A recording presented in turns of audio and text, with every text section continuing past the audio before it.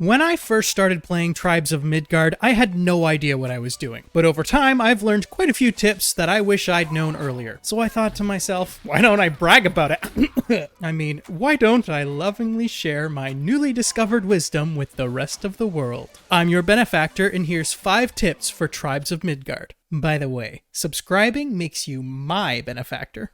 Tip number 1, the camera. Did you know you can zoom your camera in and out? There's even a blessing that allows you to zoom out one more level. This is great for checking everything that's around you. Just remember that holding down the block button with a shield out or encountering a boss usually forces the zoom to change, but not permanently. You can also rotate the camera when you entered build mode. You can't do it outside of build mode, but hey, this is still a very useful feature when placing structures and buildings. But the best part is that it stays rotated when you leave build mode. You can take full advantage of your camera when wandering around to see the world from all the new angles. Oh, and if you're curious about the tech I use to make videos, check the links below. It's not like it'd make me happy or anything. Tip number 2, the weapons. My best recommendation for picking weapons? Experiment with all of them until you find 2 that fit your playstyle.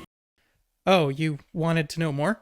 Well, fine then. The sword has a 3-hit combo, deals decent damage, and you can block with your shield while using one. The bow has a 3-shot combo that has you backstep slowly, but you can also hold down shift to aim more precisely while remaining rooted in your spot. The hammer does exactly what you think it'd do. Powerful swings and a 4th finisher attack to its main combo that deals damage in an area. The spear has great reach and a varying combo. When you start swinging it, it's usually a 4-hit combo before its most powerful attack, but it seems to alternate between 4 and 5 hits. The axe can also block using a shield, and it's the fastest weapon to swing. You could say it has a 4-hit combo, but it just kinda always keeps attacking. Each weapon also comes with up to 3 special abilities depending on their upgrade level, but I'll let you learn about those yourself. Tip number 3, the elements. While picking your favorite weapon is the most fun way to play, it's also important to remember that the different types of elemental damage can counter the various enemies you find in each biome. Taking 2 different elements is always a good idea, but no one weapon class has access to each element for most upgrade ranks. All that said, there's no real reason you can't just take each type of weapon and each element with you. You've got the inventory space, and they've all got durability, so grab them all and enjoy. You'll have more tools to work with. I won't get too deep into it, but the same logic applies to your armor. Different resistances and buffs, plenty of inventory space. By the way, there's a toggle headgear button in your inventory.